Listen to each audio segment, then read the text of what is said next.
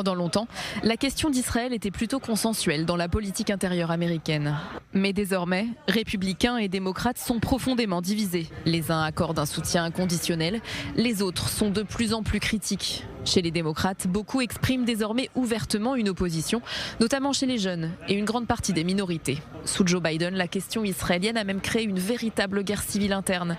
Alors que le président voulait rester dans la tradition démocrate dite pro-Israël, sa base poussait dans l'autre sens. Et le 7 octobre n'a rien arrangé, bien au contraire. À New York, l'élection de Zohran Mamdani est symptomatique de cette nouvelle réalité. L'élu de 34 ans aurait bénéficié de la colère de certains démocrates provoquée par la guerre menée par Israël contre le Hamas à Gaza. Une hostilité largement montrée lors des manifestations sur les campus universitaires, renforcée par les réseaux sociaux.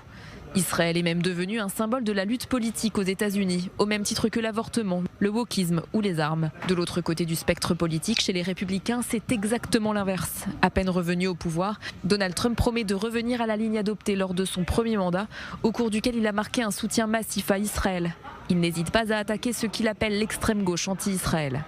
Objectif, réactiver les évangéliques pour qui Israël a une valeur religieuse et civilisationnelle. Une façon de transmettre un message clair. Défendre Israël, c'est affirmer l'identité conservatrice américaine. Sans oublier le rôle des lobbies très influents aux États-Unis. Eux aussi se polarisent de plus en plus. Les PAC restent puissants, mais il est contesté et concurrencé par des organisations plus dures ou plus progressistes. Dans le camp d'en face, des lobbies pro-palestiniens, parfois adossés au Qatar, gagnent en poids, notamment dans l'aile gauche démocrate. Que ce soit du côté des républicains ou des démocrates, Israël joue définitivement un rôle de poids et peut faire gagner ou perdre une élection.